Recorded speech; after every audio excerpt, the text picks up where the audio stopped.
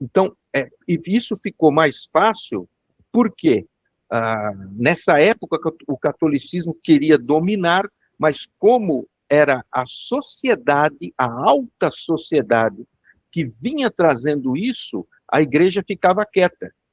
Porque quem é que dá o dinheiro para a igreja? Né?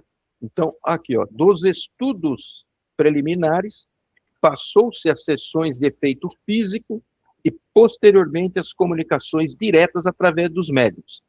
A nossa cidade Tupiniquim, Sociedade Tupiniquim, dedicava-se em todas as novidades estrangeiras, deliciava-se, desculpa, com todas as novidades estrangeiras e com tudo que vinha da França, tinha aceitação imediata com os fenômenos espíritas. Não poderia ser diferente. É que, em princípio, eram conhecidos e praticados pela aristocracia. Logo, tornou-se pedante e preconceituosa. Quem em vida não houvesse sido alguém muito rico, conhecido, importante, não deveria se manifestar nas sessões então chamadas de mesa branca. E quando um médium incorporava um espírito que em vida anterior havia sido escravo, era convidado a retirar-se e se teimava a dar passagem a um tipo escravo, o médium era acusado de praticar baixo espiritismo, desprezado e impedido de frequentar a sociedade. Portanto, a Umbanda teve suas razões de surgir no universo das religiões. De um lado, os africanos não incorporavam os espíritos dos mortos, eguns. De outra parte, os dirigentes kardecistas, por preconceito, não admitiram as sessões, a manifestação de espíritos de índios e negros incorporados em seus médiums. Então, nós já até vimos isso aqui, um pouco disso aqui lá atrás, né? O que acontece é que ficou uma lacuna, porque o espiritismo, como era frequentado pela alta sociedade que trazia da França, e assim o fez, né? Quem era escravo, um caboclo ou qualquer outro que seja um coitado qualquer, não podia nem se manifestar nas sessões espíritas, né? As sessões espíritas aceitavam advogados, médicos e outros mais lá, né? Eles não observavam algumas recomendações de Kardec com a esse respeito, mas tudo bem, talvez sejam também a falta de estudo, né? Mas e assim surge aí uma oportunidade de um novo culto. Então estabeleceu uma lacuna entre os cultos de nações e os cultos de mesa branca, sem a possibilidade daqueles espíritos se manifestar para atender a reclamos e necessidades da maioria da população dominante nas cidades situadas entre a classe alta e a mais baixa, como disseminavam as macumbas e feitiçarias, não havia meios de combatê-las. Os negros, por sobrevivência, lhes davam causa e o kardecismo mais doutrinário não possuía força para enfrentá-las. Era necessário o advento da Umbanda para preencher a lacuna e dar combate às ligações do mal, o amparo aos necessitados marginalizados pela união de 4 troncos principais, os cultos de nações, o catolicismo, a pagelança e o kardecismo. No primórdio de suas atividades, baseava-se na mediunidade pura, e mais tarde incorporou-se rituais, objetos e sistemas atendendo solicitação de guias, negros e índios para manipulação de magia, que degenerou em alguns aspectos, pelo que analisaremos pontos obscuros adiante, com relação a outros cultos semelhantes. Estas são as razões trazidas pelos historiadores e estudiosos da Umbanda, e até mesmo depoimento do caboclo das 7 encruzilhadas. Então, aqui, nós já até falamos um pouco disso daqui, né? O que acontece é que a Umbanda não tinha, a Umbanda não, desculpa, o kardecismo não tinha como atender uma certa classe baixa, inclusive, da população. Os cultos, por causa dos negros escravos, libertos ali, estavam mais voltados para a magia ou para fazer o mal, né, do que realmente fazer o culto aos seus ancestrais.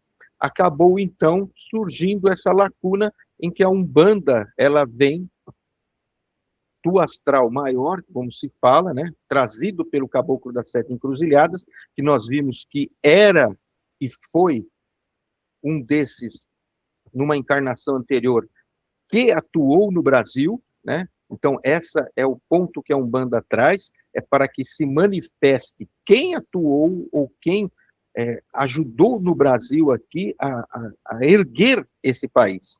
Então, começam a Umbanda e a ter essas manifestações. Pessoal, mais alguma pergunta, alguma questão? Estamos entendidos até aqui?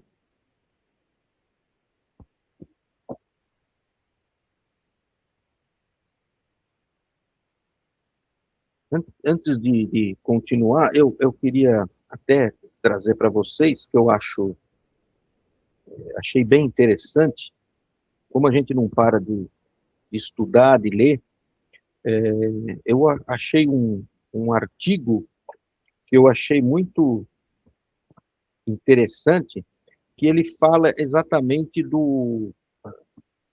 de como se modifica a diferença entre orixá, né, aqui, que nós cultuamos hoje, dentro da Umbanda, ou até mesmo dentro do Candomblé, e que é cultuado na África, né?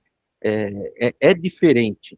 O Brasil, ele vai pegando todos esses rituais trazidos pelos negros e ele vai abrasileirando, ele vai tornando ele para o povo brasileiro, para o Brasil, né? Ele vai perdendo também características de que eram e que são feitos na África, daquelas religiões primitivas, primárias de lá, né?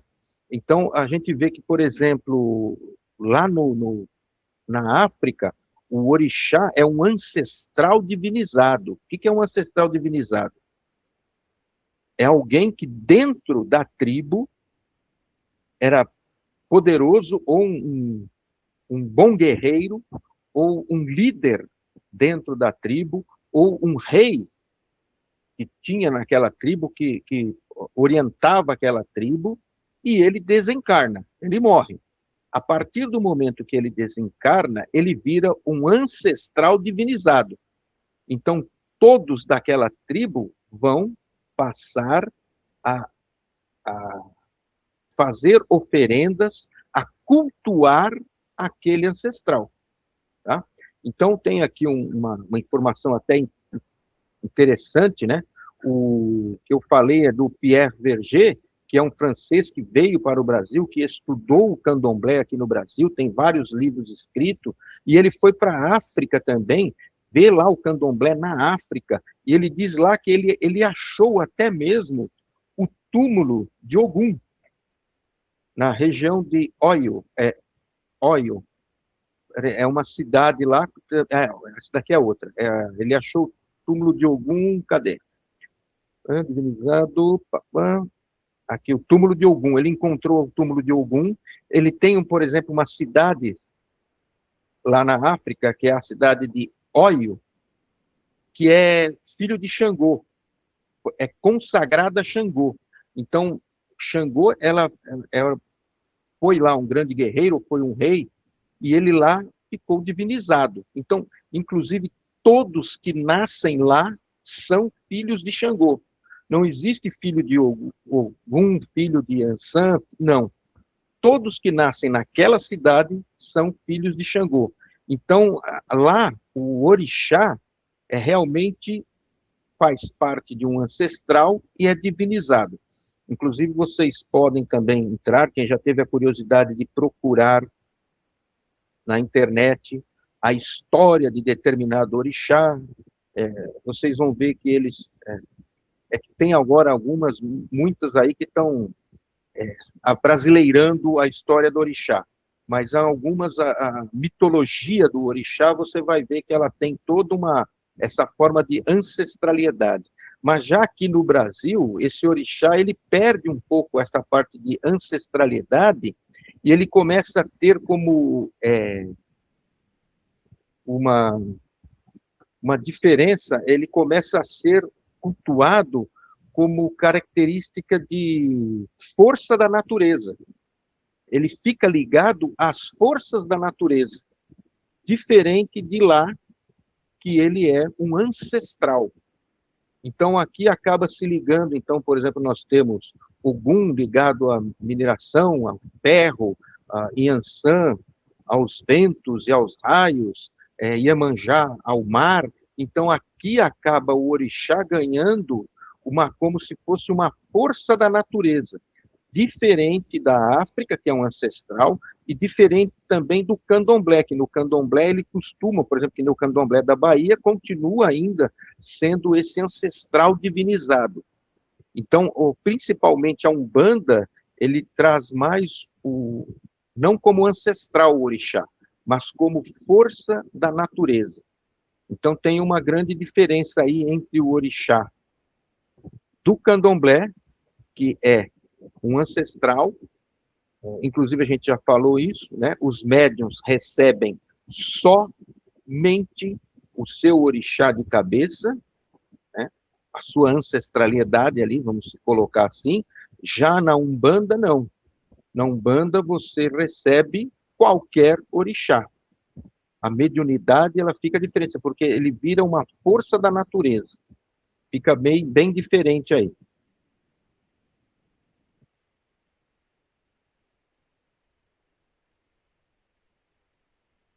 Nós temos 10 minutinhos, eu acho que não vai dar para... Porque essa parte aqui é bem interessante.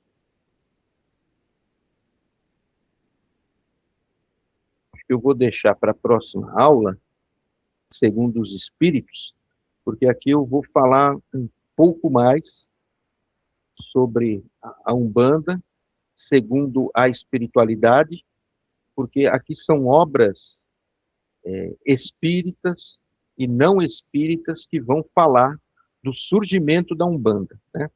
Então, eu quero deixar isso aqui para a gente ter um pouco mais de tempo para falar na próxima aula.